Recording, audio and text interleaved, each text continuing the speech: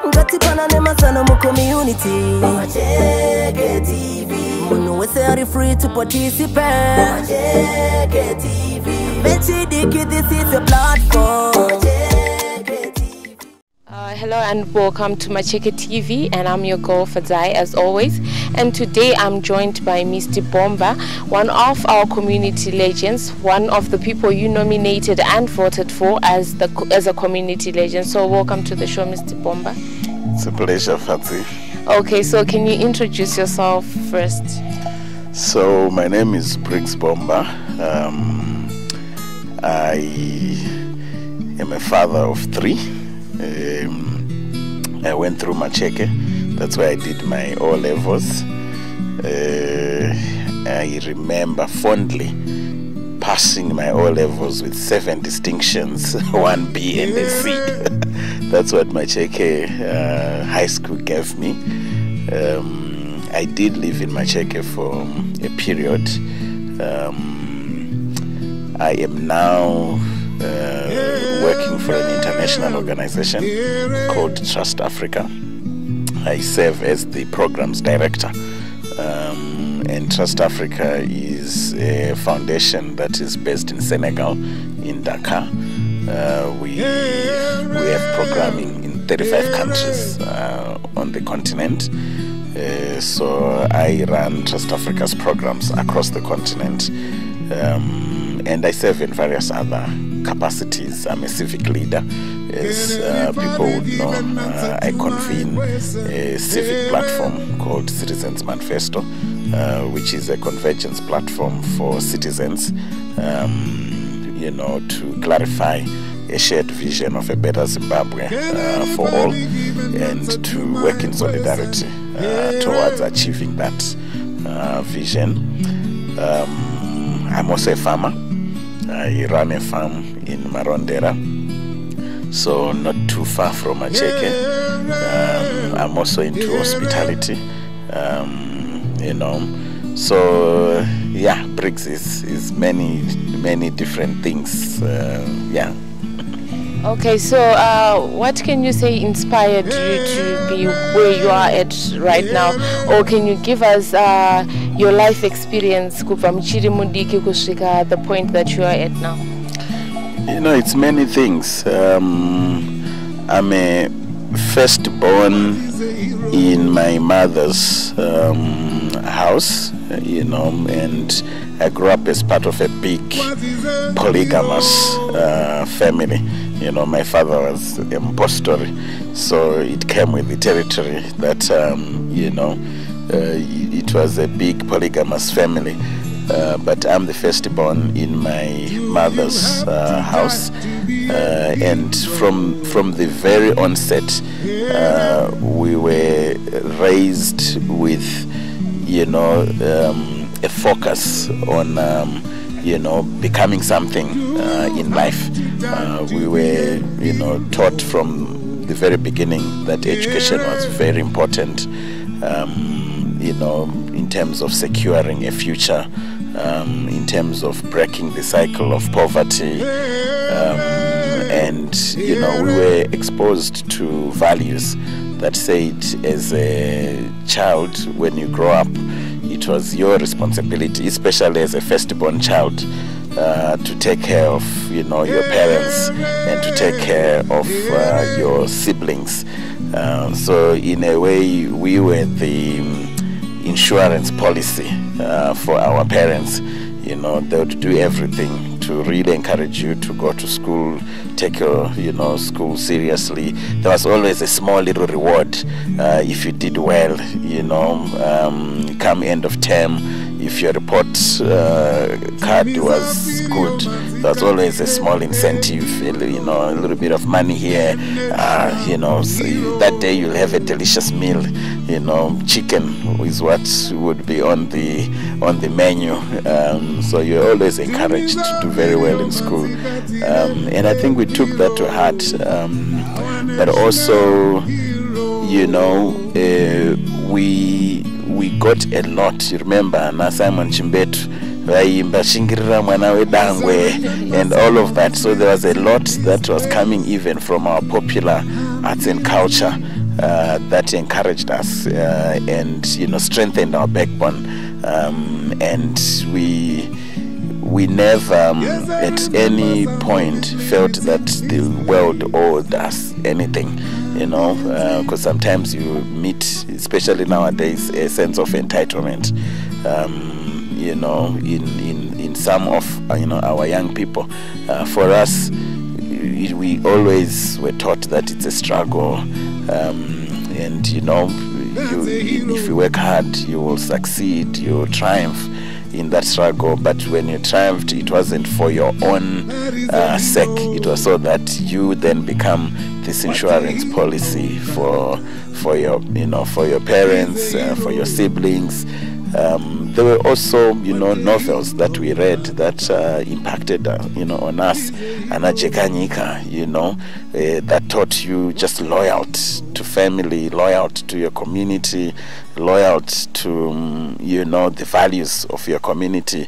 So a lot influenced me just from the household, from what I was learning and being taught by my mom. She was my first teacher basically, and what I was also getting from my father, who was more in the corporate space. He had also he had done well for himself, so he was also an example and an inspiring example that encouraged us at that time. So yeah, lots of different pieces influenced us. Okay, so when you were growing up, are there any challenges or outstanding challenges that you say you might have faced, and how you overcame those challenges? Of course, if you are growing up as part of a huge family, it means that you don't grow up with the same kind of flourish in terms of provisions as others who are two kids and a puppy, it's big family. So I wouldn't say we were desperate, but resources were a challenge. We needed to be able to make do with little often, and we needed to be able to still imagine something big from those circumstances. And when I lived in Macheke, you go through, because you're a young person, you're a teenager, it's your O levels, so you go through the same teenage challenges. My family actually lived far at that point, so I was like a boarder in Macheke, where you rent a place and you stay mostly with friends, and then there's some people in the community who become uncles and aunties.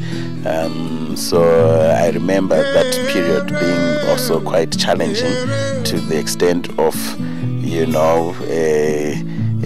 getting suspended from school. We got to that point where we got suspended from school because supposedly we were young teenagers who were misbehaving. So we went through that teenage moment in Macheke, but I think the good thing was that it was a restorative process, because I remember my old men actually coming to sit down with the headmaster. People speak, they talk, they try and understand what are these young people going through, and how best can we be supportive and bring them back in line. So that that was part of my experience, and I think I'm glad that I was able to refocus and managed to pass my O levels, proceeded to A level, proceeded to university. Things became stable in that regard. Okay, you mentioned an issue that has been burning actually in Macheke, of the students who are staying in Macheke as boarders and they are being mischievous. So what words can you say, or how can we curb this, and how can residents actually come in and help and actually make sure that these kids, they do not misbehave and they are actually doing what is needed for them to be doing? I think there's need for conversation. There's need to recognize that there's that constituents, or that demographic in the community. Because at some point when we, during our time, it was almost like, an unacknowledged, presence. So I think there's need to, to acknowledge that, start conversations, and maybe even begin to organize, students becoming organized as a constituency in that community, so that there are forums where, as students, you can also share with regards to your experience. As residents, they can also share with regards to how, that interaction is taking place, if there are any challenges, if there are issues that need to be resolved. So I think it's about creating platforms for engagement. That needs to happen, and it works better if, the resident side is organized maybe through a residence platform, and the student side is also organized maybe even through a student association. And I think it's important, especially for the students, to be encouraged to keep their eyes on the bigger picture. You are only there as a border for a few years, and you want to come out of Macheke with something tangible, and really that's, succeed with your studies. That's just going to open the next door for you.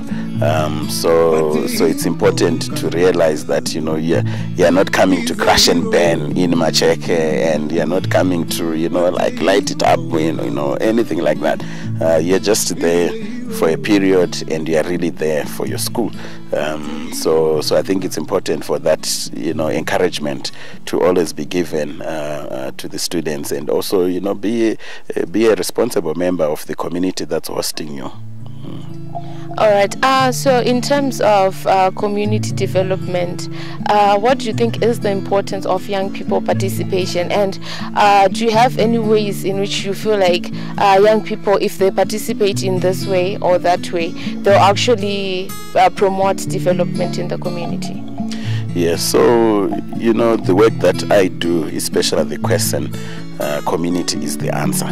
And for us, we believe that the enduring solutions that we are seeking on most challenges, whether it's challenges to do with economic development, local economic development, challenges to do with participation, challenges to do with social cohesion, with Citizens Manifesto. We have a mantra where we say whatever in communities built by connection, relationships of trust, of mutual care, of support, of solidarity. So my encouragement would be for young people to move away from any inclinations or dispositions to individualism, and become a full part of the community. So connect with others, create relationships, support others, be involved in social action, so take care of community interest beyond your individual interest, and if you do that, you are becoming a full part of the community. And if you become a part of the community, meaning that you have relationships with people in that community, you are connected to them, you are part of the conversations, you find yourself becoming relevant. It can be relevant in the sense of saying, look, there is a public space that in the local development plan was reserved for a school, but now there's a corrupt elected official who wants to grab that and, give it to a land baron. Young people, it's your future. If you are part of the community, you are connected to others, you are relating, and better still, even if you are part of community organizations that exist in your area, you are now going to become relevant. You can become a relevant voice of defending community interests. You can be part of saying, look, this cannot happen here.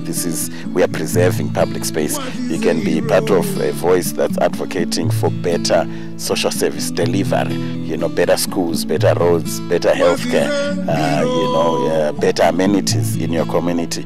So yeah, my encouragement is get involved, connect with others, and be relevant to the most pressing social issues in your area. Okay, thank you so much, Mr. Bomba, for joining us today. And any words of advice or last words that you would like to say to our community so that we create a community that we all want? So look, as you can see, we got a lot from that community, and I think it's important then for even my own generation and those who came before me to be part of inspiring the community and giving back to that community and encouraging youngsters who are coming up in that community, and really demonstrating to them that the sky is the limit. From Macheke, I ended up, I went to National University of Science and Technology. From there, I did my master's in Ohio. I worked in Washington, D.C. I've now become a global professional. And it all was built from that support that I got from Macheke. So the sky is the limit.